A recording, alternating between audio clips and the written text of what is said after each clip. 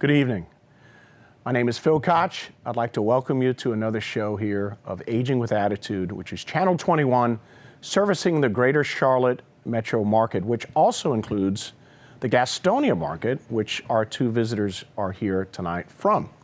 Welcome to the show. Tonight we have Mr. Bob Bigger and we have Professor Donald Norris Jr., both from Gastonia. Welcome to the show. Thank you. Great to be on the show again in front of the Aging with Attitudes camera. This time, though, not with a guitar strung around my neck. I've done quite a few of these shows. You have. Welcome back. Tonight, the topic will be discussed is going to be change in the ability to hear. So, Bob, let's start off. Tell us, as I understand it, you have some hearing loss that has progressed. Tell us how that started and your thoughts on it. Well, first of all, I'd like to establish that I'm 65 years old. Okay. I'm a senior citizen. Right. And for many, many years, up until I was about 58 years old, I had excellent hearing.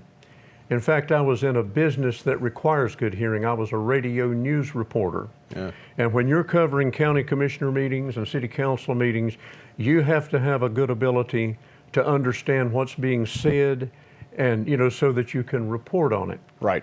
So, and also I sang and played music. I was, strummed the guitar and sang constantly. It was just, music was a big, big part of my life. Right. And when I became 57 years old, I got to thinking, I'm very particular about my eyes, my vision. I don't let a year go by that I don't get my eyes checked. My heart, my physical body, everything I check except my hearing. Mm-hmm. So I made an appointment with a good audiologist, and I said, let's see where I stand, okay? So I went in late May of 2009 and got my hearing tested, and he came up to me after I came out of the booth, and he said, I was very comforted. He said, you have hearing loss that is consistent with a 57-year-old man living in a noisy world. Hearing aids are an option, not a requirement, an option. I said, okay, well, I'm conscientious enough, let's get them. So I paid almost $3,000 out of pocket. Insurance does not cover them. Right. And I started wearing them, and they made a tremendous difference. I thought I was hearing all kinds of conversations and so forth, and I really wasn't. And I saw how the hearing aids enhanced my ability to hear, although it was not a drastic hearing loss. Right. Things went along normally for almost a year, and then I'll say that up around January, February, March of 2010, I had some signs that all was not well in Hearingville. Right. One of the first signs that I had, I went to get my car's front end realigned, and I was sitting in the waiting room, and I saw my car pulled up outside the door, and I thought, maybe it's ready. So I waited and waited and waited, and finally, after 30 minutes, I stood up and walked to the counter, and I said, do you know when my car is going to be ready? He said, you're Bob. I said, yes. He said, your car's been ready for a half hour. He said, I called your name 3 times, and you didn't respond. You did what? I called your name 3 times, and you didn't respond. Mm-hmm. Okay, I was really wrapped up in that magazine article. That was one of the best articles. I just wasn't paying attention. Denial. Yeah. The next sign was rather chilling because I was playing a dance at the Gastonia Adult Recreation Center in Gastonia, and we had a guest come up from the audience, and she was singing the great Chris Christopherson classic, Help Me Make It Through the Night. Mm-hmm. And there were a lot of instruments playing, and I'm thinking, everything's out of tune. It was like all these different beautiful instruments were tuned differently, and I couldn't even recognize the melody. And I thought, something is going on here. Is it my hearing? Is it neurological? What is it? And it was a little harder to deny that. So I continued on until finally, and I kept saying, it's allergies, allergies. I've stopped up. When this pollen season ends, I'm going to be back to normal. And so I lived with that hope and with that dream. but it never changed. So finally, I'd say in late April or early May, I called my audiologist. That sounds like hearing loss. Can you come in for a retest? Yes, sir. So I went in and I got retested, and he said, when I got out of the booth, I didn't like the look on his face. Come with me to my office and I'll tell you what I found. So we went in there and he was very somber. He said, Bob, you have lost a significant amount of hearing in almost a year. Now I'm going to set you up with a doctor, and we're going to let him run some tests and see if maybe it's something physiological, maybe if it's fixable. Right. I will adjust your hearing aids, and then you can wear them full time. I didn't like the term, if it's fixable. But anyway, I went to see the doctor. He was quite comforting. You've lost some hearing. You played music all through the years, loud music. And that's what it is. You've lost some hearing. So I wore the hearing aids, and eventually I got newer hearing aids, and they help tremendously. But they are just aids, they just help. So in answer to your question, that's pretty much how it started and how it sort of progressed. Right. And that was 2010, 7 years ago. And I went through the stages of grief, the loss. Lord, I bargained. If you'll restore my hearing, I will promise to do this, that, and the other. It's a loss, so you grieve. Right. And I think I'm finally starting to come to terms with it. So to answer your question, that's how it started. But was grieving the first thing? Because I've heard people who have had hearing loss, and they, like you mentioned earlier, denial was first, and then anger. Did you go through something similar? Absolutely. Yeah. I was furious. Why did this happen to me? And I was giving blood one time, and the very nice American Red Cross blood volunteer, we were talking, and I just, I'm sorry, I said, I didn't quite hear what you said. Would you say that again? I said, I'm a singer and a musician, and why did it have to be my expletive deleted hearing? I was so mad, I didn't even really care if I used an inappropriate word, language. That's how mad I was. I was just bitter. Right. Very angry, yes. Right. And, I've seen a number of, and you're a young man still, but I've seen more seniors go through this, and the same steps seem to be the case. You have the denial, you have the anger, and I'm bringing this up because I've seen a lot of times the denial and then quickly following the anger being taken out on family members. Did that happen to you, and could you see that happening if it didn't? Yes, I would get angry when people, would not really cut me slack as far as my not being able to hear. Right.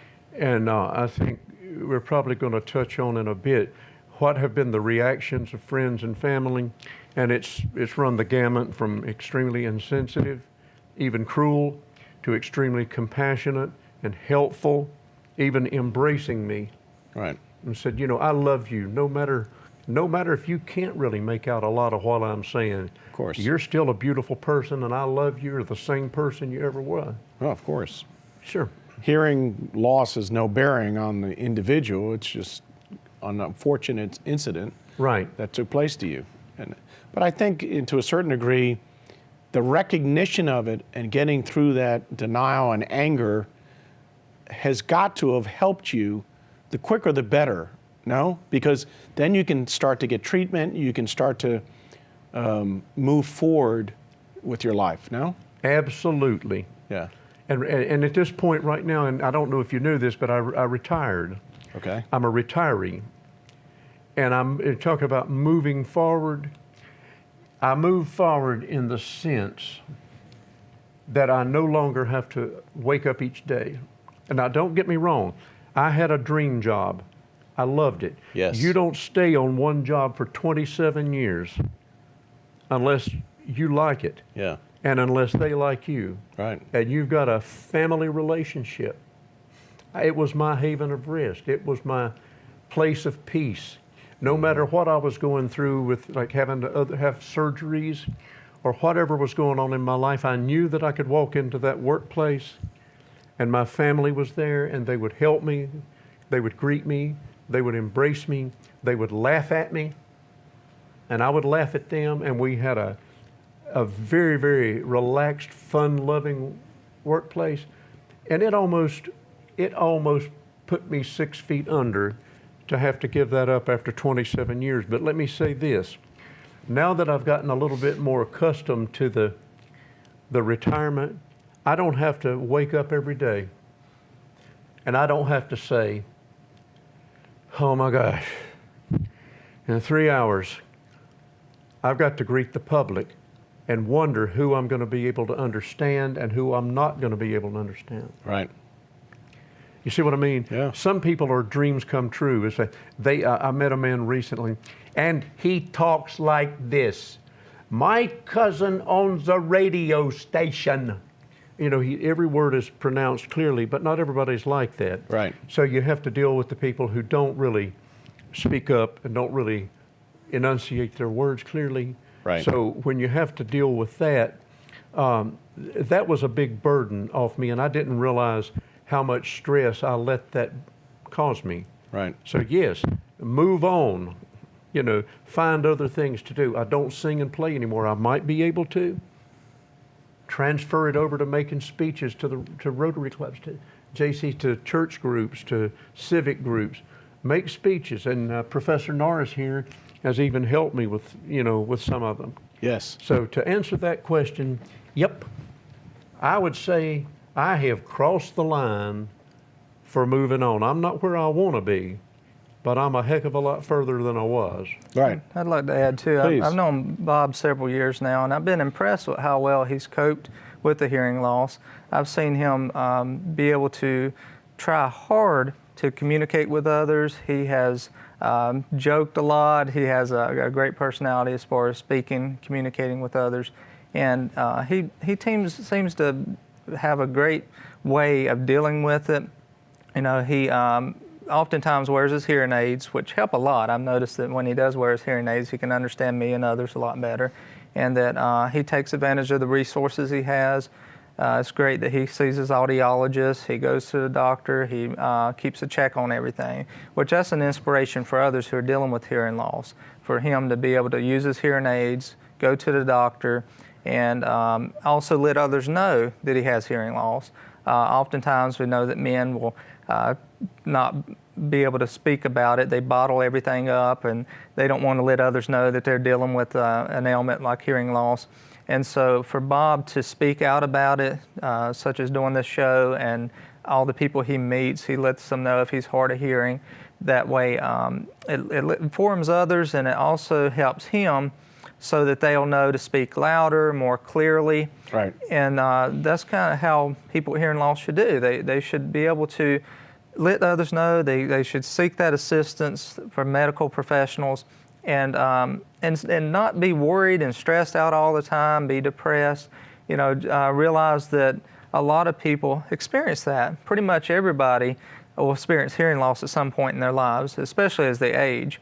And so with those combinations of factors, it's important to understand that just because you have hearing loss doesn't mean you're going to be limited in what you do. You can use other talents. You can be able to work hard on trying to use visual aids, be able to use kinesthetic learning, things like that, and which Bob has done. He's done very well. My mother-in-law is 94, and she's been losing her hearing. And it's very hard because she has a lot of pride, as most people do. And she doesn't want to hear hearing aids, which, and I think the biggest thing that came from this is that you recognized it early on. You said, I need to see the doctor and I need hearing aids, and even if it got worse, and it has gotten worse, you're doing the best that you can, okay, to help improve your situation. And from what little I've seen, well, I've seen a lot in the senior industry, is that pride is a big obstacle. Once you get through the denial and the pride, and you can get the individual, or the individual accepts, hey, I need some help, and even if it doesn't completely get better, there's things out there that can assist me, no? Yeah. I mean, the technology, it's not going to replicate your ear, but it's a far cry in hearing aids. It's better now than it was even 15 years ago. It's amazing. Definitely. Yeah. Some people can live to almost the century mark and have good hearing. You know, I think a lot of it's how the DNA falls, and I'm going to give you a quick example. I had a dear friend who died at 97. Okay. And I visited him at his home just a few months before he died. He was an exceptional man. He was a decorated war hero, Army and Marines. Wow. And you know who his dad was? Who? The legendary actor and comedian W.C. Fields. Wow. And he was 97 years old. And I visited him. And I commented on, I said, you've got really keen hearing. You know, you're 97, you hear great. And he just looked at me and he sounded just like he did. He said, you play with the hand you're dealt. So I was dealt a hand of DNA, I guess. Probably a lot of mine is genetic, age, and I'm sure loud music didn't help. Yeah. So, But it is what it is, and you recognize it. Others, how have you felt that they've treated you through this, and any surprises, good or bad? well, I was surprised at how insensitive some people can be, or I'll say ignorant. Yeah. You know, one fellow said, you can't hear. And I said, well, look, you know, I can't help it. I'm doing the best I can. And he said, well, what am I supposed to do? Well, try being patient. You know, try being tolerant. And, you know, and I wanted to say, but I didn't, you know, you wouldn't be mad at Stevie Wonder because he couldn't see. Right. So we have to develop an understanding and a compassion. Some people, if I have to ask them to repeat 2 or 3 times, just never mind. Some folks think they have to overcompensate. I was walking into a department store with a friend, and he said, would you like to get something to eat? And I said, yes, where would you like to go? And of course, everybody was looking at us, but I wanted to illustrate to him. And another thing, and I found this out recently, I worked on Trail Day at Crowder's Mountain State Park. Right. And I knew I wasn't going to be, because I wasn't wearing my hearing aids because I didn't want to sweat on them. But the leader of the group was giving the volunteers instructions. So I went to the vice president of the Friends of Crowder's Mountain State Park, and I said, she said, so she was patient. I mean, we used politeness. She waited till there was a lull. She said, if you see snakes, leave them alone. Right. And she said, okay, they're going to divide up into 2 groups. Pick the group you want to go with. So she was able to, you know, to translate for me in that instance. And that helped. I went to a congressional town hall meeting, and I had trouble. I couldn't understand anybody else there except the speaker, and I would have had to run up to each person and gotten in front of them to understand. Of course, you can't do that. You'd be escorted out. Right. But yeah, it's been from extremely ignorant and insensitive to extremely compassionate and helpful. Well, that's good. I mean, it's good on the positive side, but on the negative side, you know, tragically, sometimes that can happen, and there's sometimes uninformed individuals that hopefully you're able to teach them that just because you have a hearing loss doesn't make you any different of an individual than anybody else out there with any other handicap or not handicap. In fact, on that note, what would you suggest with regards to hearing losses that others could do to help? Yes, I think it's very important for people to be compassionate toward people who have hearing loss or other issues, making sure that they treat them fairly and abide by the Americans with Disability Act, definitely go by the law, Right. and which protects people with disabilities. Right. And like in Bob's case with the workplace or other places where he's at, to making sure that everybody is treated right.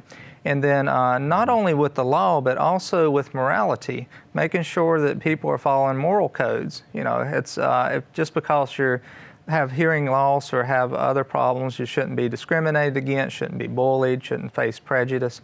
And we all can play a part in supporting and helping those with hearing loss and other disabilities, and making sure that we provide resources to them, that we encourage them and work with them.